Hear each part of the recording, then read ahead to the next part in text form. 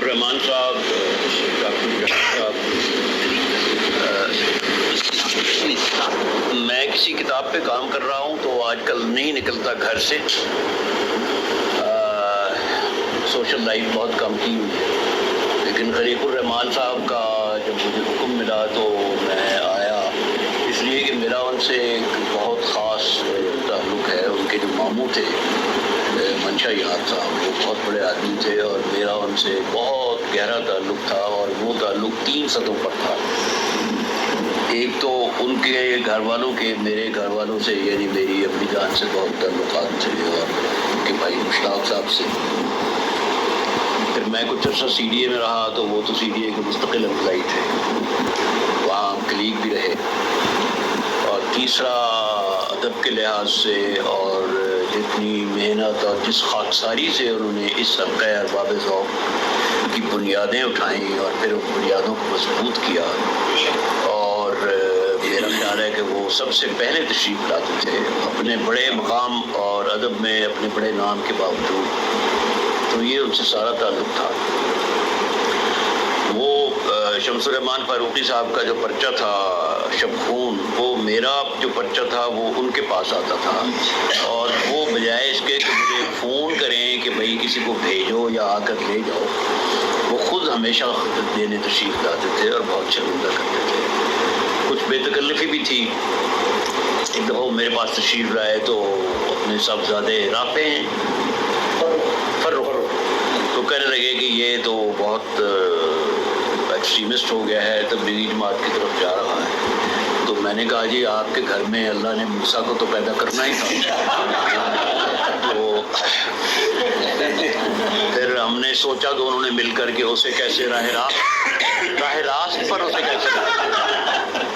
وہ ان دنوں میرا ایک بیٹا ڈاکٹر اسرار صاحب جو صاحب تھے انچارج، ان کو میں نے کہا کہ آپ اس کو نہ لے جایا کریں، کیونکہ ڈاکٹر صاحب نے تو یہ کام MBBS کرنے کے بعد شروع کیا ہے، تو ان بچوں کو پہلے پڑھنے دیں. تو چہال صاحب سے یہ کہا، میں نے نام بہت سنا ہے، اور آج ان سے ملاقات کر کے اور ان کے سائے عاطفت میں بیٹھ کر بہت خوشی ہوئی. اور مضمون بہت ہی اچھا ہے، میرے لیے بہت ایجوکیٹو تھا. میں کتاب پڑھ کر آتا، لیکن دوشی نے مجھے جو کتاب پیش کی تھی وہ مجھے افسوس ہے کہ میں اس امانت کو سنبھال نہیں سکا، اور میرا ایک بہت زور آور اور بہت بدتمیز دوست وہ مجھ سے چھین کر لے گیا. میری غلطی یہ تھی کہ جب وہ میری بیٹھک میں آیا مہمان خانے میں تو وہ وہاں بیٹھ کر میں کتاب پڑھ رہا تھا، ادروائز میں کتاب پڑھ کر آتا. چہال صاحب جب مضمون پڑھ رہے تھے اور ہمارے دوست جب تنقید کر رہے تھے تو مجھے پطرس کا مضمون بیبل اور میں مسلسل یاد آ رہا تھا. جو لوگ ہنسے ہیں انہوں نے یقیناً یہ کتاب پڑھی ہے، تو اس کی تفصیل میں پھر نہیں جانا چاہتا. لیکن چہال صاحب کا یہ مضمون 2 دھاری تلوار ہے. ایک دھار تو اس کی یہ ہے کہ اس کو سن کر یہ اطمینان ہو جانا کہ ہم نے کتاب کا جسم، کتاب کا عرق اور کتاب کا جو جوہر ہے وہ دیکھ لیا ہے. یہ اب مجھے نہیں پتا یہ اچھی بات ہے یا اچھی بات نہیں ہے. اور دوسری دھار اس کی یہ ہے کہ اگر ہم کتاب کو نہ پڑھ سکیں کسی مجبوری کی وجہ سے یا عدم فرصت کی وجہ سے، تو یہ مضمون اس کا بہت اچھی پراکسی ہے. اور میں یہ سجیسٹ کروں گا کہ یہ اگر آپ جب دوسرا ایڈیشن چھاپیں تو یہ اس کتاب میں شامل ہونا چاہیے. دوسری میری تجویز یہ ہے، میں پوائنٹس پر بھی آتا ہوں جو دوستوں نے اٹھائے ہیں یا میرے ذہن میں آئے ہیں، تو میں ایک وہ کاسمک تجویز یہ دینا چاہتا ہوں کہ جب آپ اس کا دوسرا ایڈیشن چھاپیں تو اس میں جو آپ کا کلام ہے وہ مختلف رنگ سے ہونا چاہیے تاکہ وہ نمایاں ہو جائے. اچھا، اور دوسری بات یہ ہے کہ جتنا جلد ہو سکے اس کتاب کو انڈین پنجاب سے بھی شائع ہونا چاہیے. ان کے اپنے اسکرپٹ میں شائع ظاہر ہے ہوگی، تو کیونکہ محفوظ بھی ہو جائے گی، اور دوسرا ظاہر ہے کہ وہ زیادہ کام کر رہے ہیں پنجابی پر، جس طرح ہمارے اس نوجوان نے کہا ہے، ہمارے مشکل پسند نوجوان نے کہا ہے کہ میں انڈین پنجاب کی میوزک میں بہت سنتا ہوں. تو ہیر وارث شاہ وہاں بہت زیادہ گائی جاتی ہے، سیف الملوک وہاں بہت زیادہ گائی جاتی ہے، اور ان کے جو گانے اور ان کے جو ہیں میوزک کے جتنے وہ ہیں جشن یا وہ جس کو ہم کنسرٹس کہتے ہیں، اس میں وہ علی کا، رسول کا، یہ عام نام لیا جاتا ہے، کلمے کا عام نام لیا جاتا ہے. تو میرا خیال ہے کہ ان تک یہ کتاب بہت ضروری ہے پہنچنی.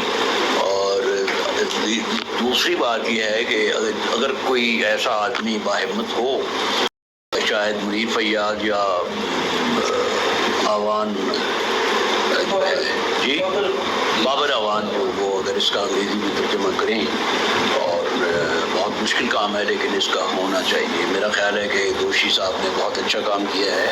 میں دوشی صاحب کو جتنے سال انہوں نے اس کتاب پر لگائے ہیں 40 سال، اور یہ 40 سال کی مدت ہوئی ہے جب جو بنی اسرائیل اپنی پناہ کی تلاش میں صحراؤں میں پھرتے رہے. مجھے اس سے زیادہ عرصے سے میری ان سے واقفیت اور ان سے نیاز مندی ہے. ان کی جو سب سے بڑی بات ہے وہ یہ کہ یہ بہت اچھے شاعر ہونے کے باوجود انکسار ان میں ہے ان لوگوں کے برعکس جو اچھے شاعر نہیں ہیں اور ان میں انکسار بالکل نہیں.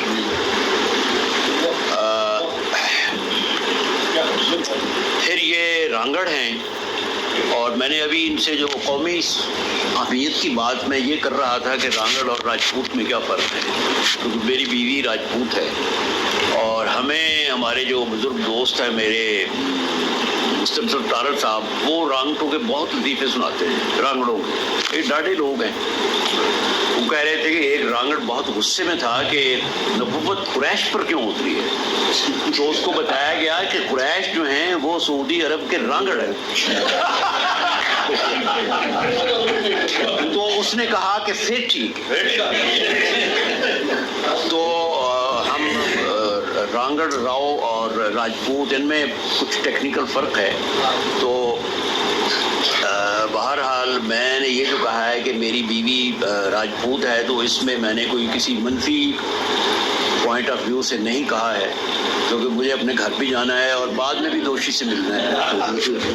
اب یہ چند پوائنٹ، ایک تو میں یہ بات کہوں کہ وہ کسی نے کہا تھا کہ میں شاعر نہیں ہوں اور میری باقی عادتیں بھی اچھی ہیں، تو میں نقاد نہیں ہوں اور میری باقی عادتیں بھی بری نہیں ہیں. اچھا، اب وہ انہوں نے بڑی اچھی بات کہی ہے کہ نقاد جڑا ہے نا وہ جواں ماردا ہے، اور جواں بھی اس طرح ماردا ہے کہ وہ ٹچ کر کے نا پھر گند اتھی رہن دیتا ہے، اسی نال پھر روٹی کھاتا ہے.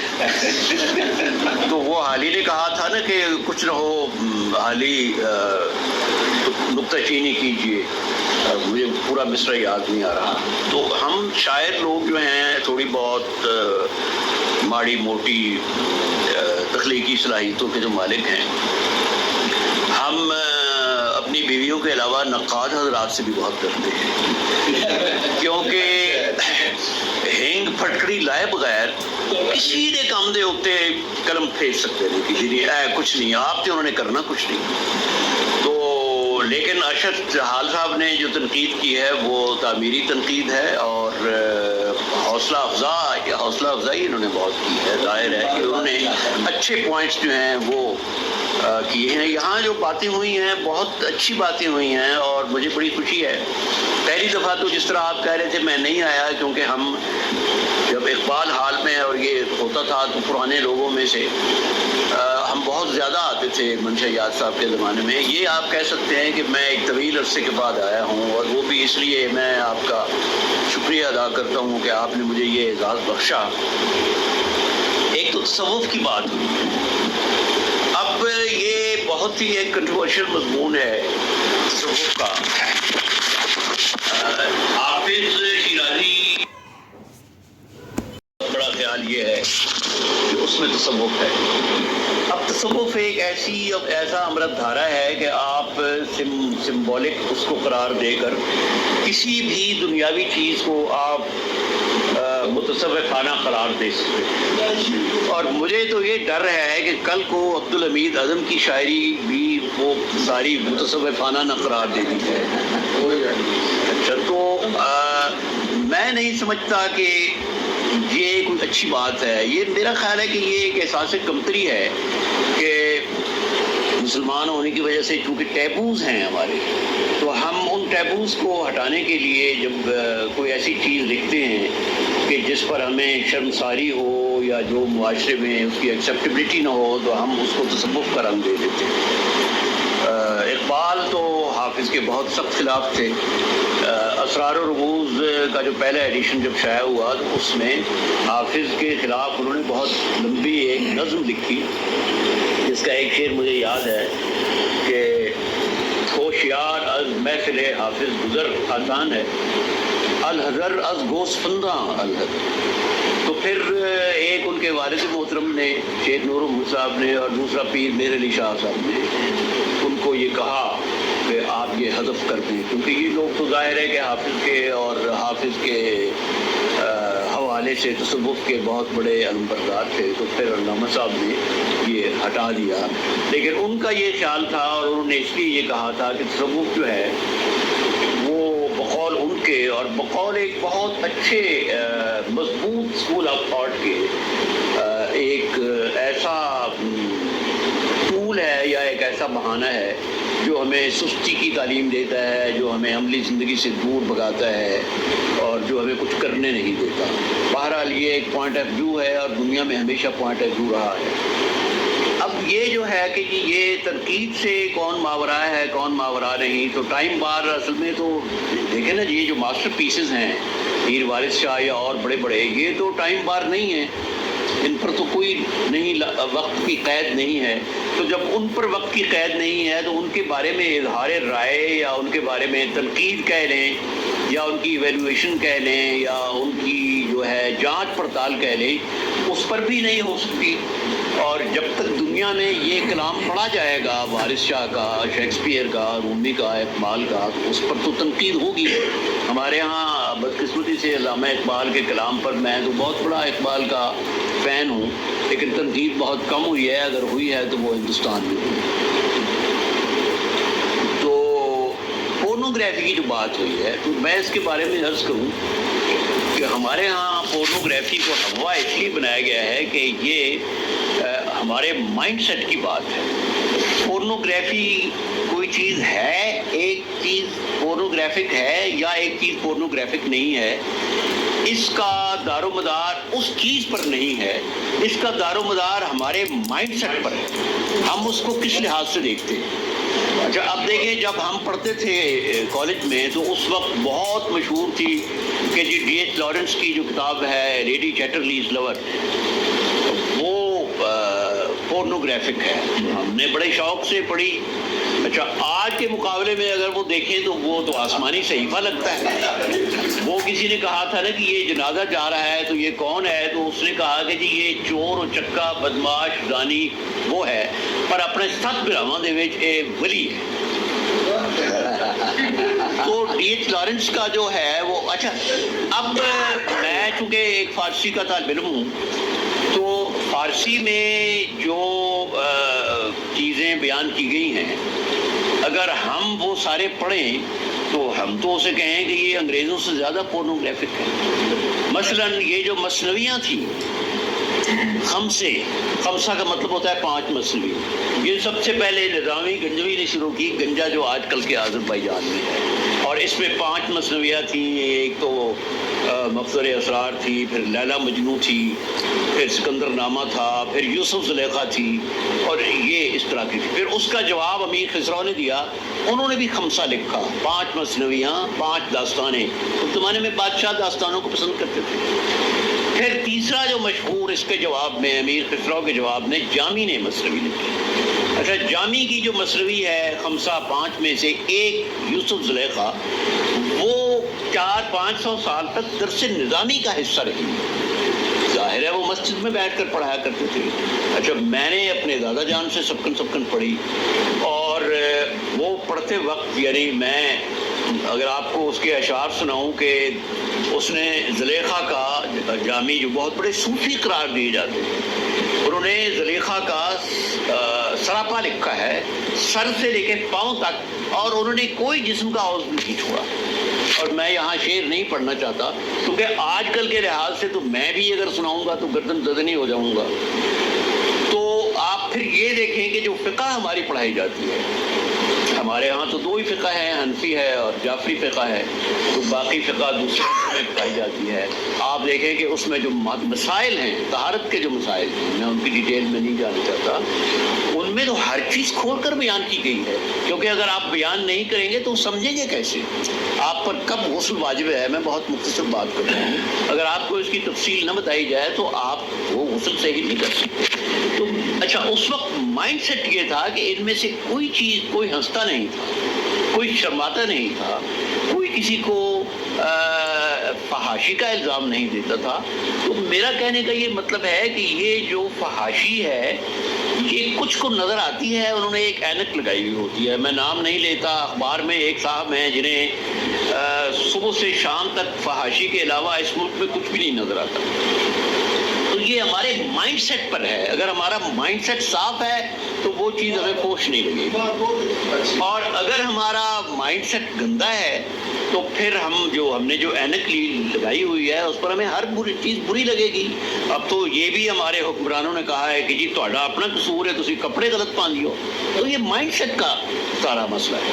تو میں نہیں سمجھتا کہ ادب میں پورنوگرافی کا اس طرح ذکر ہونا چاہیے۔ پورنوگرافی تو ہماری زندگی کا حصہ ہے اور ہمارے ادب کا بھی حصہ ہے، اور اس کو منفی انداز میں لینا جو ہے وہ ایک منفی اور بیمار ذہن کی عکاسی کرتا ہے۔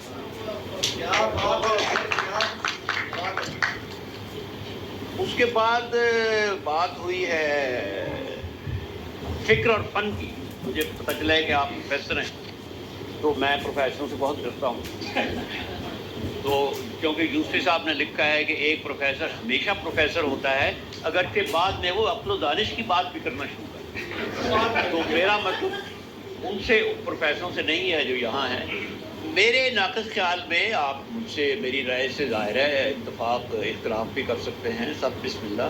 میرے خیال میں تو فکر اور فن دونوں تنقید سے ماورا ہیں۔ فن جو ہے وہ لباس ہے اور فکر جو ہے وہ اندر کی چیز ہے۔ تو اگر آنکھ خراب ہے ہمارا تو اس کا مطلب ہے کہ ہماری فکر صحیح نہیں ہے، تو پھر ہم کیسے اچھے لگیں گے؟ اس کا مطلب ہے کہ فن بھی صحیح نہیں ہے۔ جس طرح رومی نے کہا تھا کہ وہ میں نے قرآن سے جس قرآن کا لے لیا ہے اور اس توہاں پیش سگاں انداختم، اور جو ہڈیاں رہ گئی تھیں وہ میں نے کتوں کے آگے پھینکی۔ تو فکر اور فن کو الگ نہیں کر سکتے۔ دوسرا یہ ہے کہ فن جو ہے وہ بھی تنقید سے کہاں ماورا ہے۔ آج تک لوگ کہہ رہے ہیں کہ غالب اگر یہ مصرع اس طرح کہتا تو یہ زیادہ بہتر ہوتا۔ اس کی وجہ یہ ہے کہ پرفیکٹ کتابیں تو صرف آسمانی ہیں۔ شیکسپیئر اور رومی سے لے کے سب پر کام ہوا ہے کہ یہ ہونا چاہیے تھا، اس کی بجائے یہ ہونا چاہیے تھا۔ ہمارے جو بڑے شاعر ہیں ظفر اقبال صاحب، انہوں نے تو باقاعدہ ایک کتاب پتہ نہیں چھپی ہے یا نہیں، لیکن ان کا تو ایک سیریز چلتا رہا، مرمت شدہ غالب، اور ان کی بعض باتیں مجھے بہت اپیل کی کہ ہاں غالب آخر انسان ہی تو تھے، روٹی کھاندہ سی، فرشتہ تو نہیں سی۔ مومی کو آپ دیکھ لیں، سعدی کو آپ دیکھ لیں۔ تو میں سمجھتا ہوں کہ میں ان کے پوائنٹ آف ویو کی بہت اپریشیٹ کرتا ہوں، ان کے پاس اپنے آرگومنٹ ہیں، لیکن میں یہ سمجھتا ہوں کہ فکر اور فن میں وہ علیحدہ نہیں کیا جا سکتا۔ ایک شاعری کا جو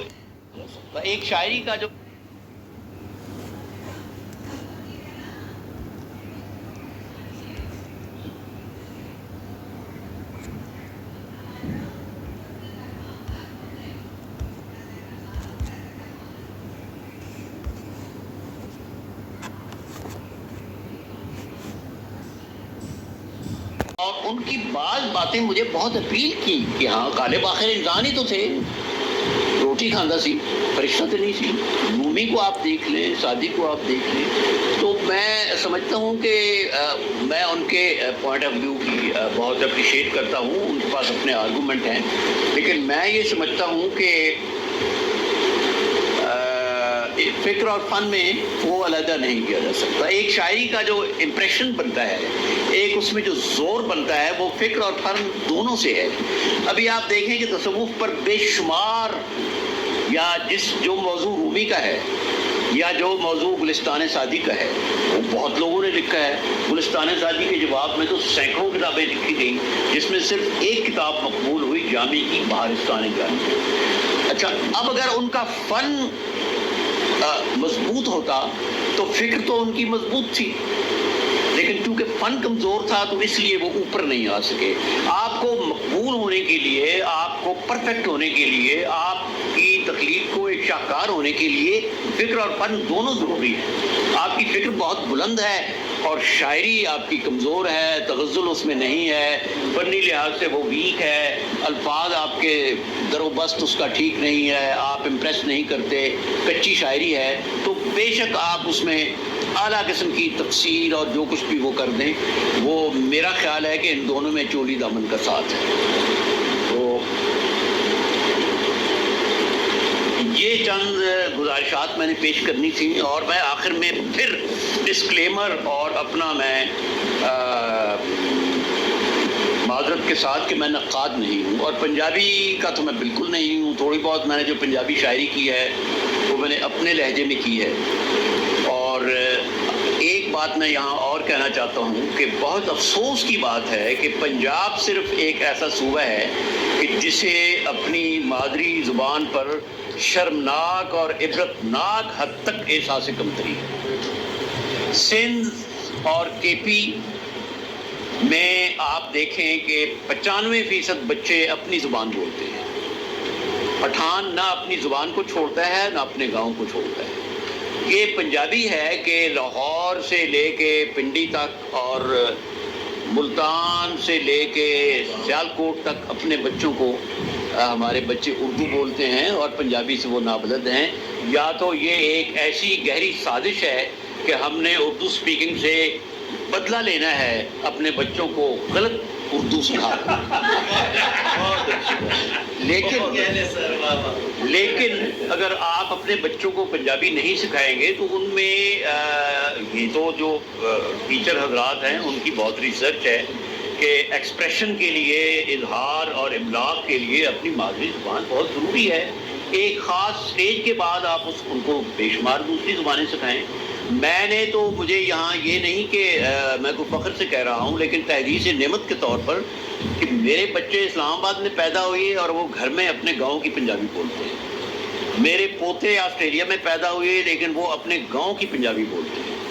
میری بھتیجی امریکہ میں پیدا ہوئی، وہ اپنے گاؤں کی پنجابی بولتے ہیں. ہم نے تو پنجابی کے لیے یہ کام کیا، لیکن یہ مجھے بڑے افسوس سے کہنا پڑتا ہے کہ ہمارے ہاں پنجابی کے جرائد نہیں ہیں، اخبارات نہیں ہیں، ٹی وی پر پنجابی کے پروگرام برائے نام ہیں، بہت ہی کم ان کو دیا جاتا ہے. اچھا، اس کا ایک نقصان یہ ہے کہ ہم پہلے بنگالیوں کو نہیں سمجھے. ہم پنجابی یہ تصور بھی نہیں کر سکتے کہ ایک جو ریجنل زبان ہے وہ بڑی زبان ہو سکتی ہے. ہم یہ نہیں سمجھے. میں تو ڈھاکہ یونیورسٹی میں پڑھتا رہا ہوں، میں نے ایم اے وہاں سے کیا، کہ بھائی وہ آپ کی اردو سے کئی 100 سال پہلے کی زبان تھی، اور جب مسلمانوں کی حکمرانی تھی ڈھاکہ میں تو دربار کی زبان بنگالی تھی، اور اس میں تو کئی 100 اخبار نکلتے تھے پہلے، اور سائنس اس میں لکھی گئی. اور آج اس کو تو خیر آپ رود ہو بیٹھے بنگال کو. سندھ کا ہمیں آج تک نہیں سمجھ میں آیا. سندھ میں سینکڑوں اخبارات ہیں سندھی، اور وہ ذریعہ تعلیم ہے، میڈیم آف انسٹرکشن ہے، اس میں کتابیں لکھی جا رہی ہیں. ایک ہم میں سے کتنے مرزا خلیل بیگ کے نام سے واقف ہیں جس نے 400 سے زائد کتابیں لکھی ہیں اور جنہیں سندھ کا سر سید کہا جاتا ہے. میرا خیال ہے کہ ہم میں سے بہتوں نے تو ان کا نام بھی نہیں سنا ہوگا. تو ہم پنجابیوں کو یہ بھی اپنے دامن میں جھانکنا چاہیے کہ اسی آکڑ ساڑھے چ بڑی ہے کہ جی بسی بڑے ترقی یافتہ ہاں اور اسی بڑے ہاں اور باقی چھوٹے صوبے جڑے نے وہ اس طرح نے. لیکن اندر سے دیکھا جائے تو اندروں حالت بڑی کمزور اور بڑی قابل رحم ہے حالت. تو اپنے بچوں کو اور اپنے گھروں میں ان سے پنجابی بولیے، ان کو پنجابی پڑھائیے. ہیر وارث شاہ تو ورلڈ کلاسک ہے، ہم اس کو ایکسپورٹ نہیں کر سکے، وہ تو ہماری اپنی کمزوری ہے. ادروائز یہ اس کا مجھے نہیں پتا دنیا میں کتنی زبانوں میں ٹرانسلیشن ہوئی بھی ہے یا نہیں ہے. لیکن اگر آپ پنجابی پر توجہ نہیں دیں گے تو آپ یہ جو سیف الملوک ہے، شاہ حسین جو ہے، وارث شاہ جو ہیں، آپ ان کو کس طرح پڑھ سکتے. تو یہ میری باتیں جو ہیں مجھے افسوس ہے کہ باتیں تلخ ہیں، لیکن جو باتیں زیادہ تلخ ہیں اور میں نے نہیں کی ان کے نہ کہنے پر بھی مجھے بہت افسوس ہے۔ بہت شکریہ۔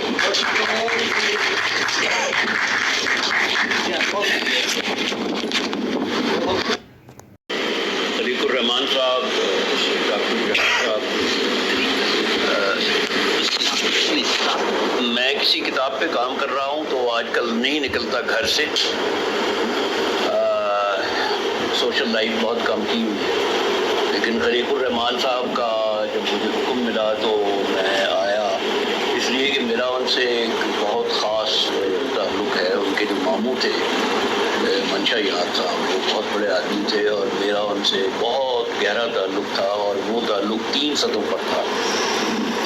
ایک تو ان کے گھر والوں کے میرے گھر والوں سے، یعنی میری امی جان سے بہت تعلقات تھے، اور ان کے بھائی مشتاق صاحب سے۔ پھر میں کچھ عرصہ سی ڈی اے میں رہا تو وہ تو سی ڈی اے کے مستقل امپلائی تھے، وہاں ہم کلیگ بھی رہے۔ اور تیسرا ادب کے لحاظ سے اور جتنی محنت اور جس خاکساری سے انہوں نے اس حلقہ ارباب ذوق کی بنیادیں اٹھائیں اور پھر ان بنیادوں کو مضبوط کیا، اور میرا خیال ہے کہ وہ سب سے پہلے تشریف لاتے تھے اپنے بڑے مقام اور ادب میں اپنے بڑے نام کے باوجود، تو یہ ان سے سارا تعلق تھا۔ وہ شمس الرحمان فاروقی صاحب کا جو پرچہ تھا شب خون، وہ میرا جو پرچہ تھا وہ ان کے پاس آتا تھا، اور وہ بجائے اس کے کہ مجھے فون کریں کہ بھئی کسی کو بھیجو یا آ کر لے جاؤ، وہ خود ہمیشہ خدمت دینے تشریف لاتے تھے اور بہت شرمندہ کرتے تھے۔ کچھ بے تکلفی بھی تھی۔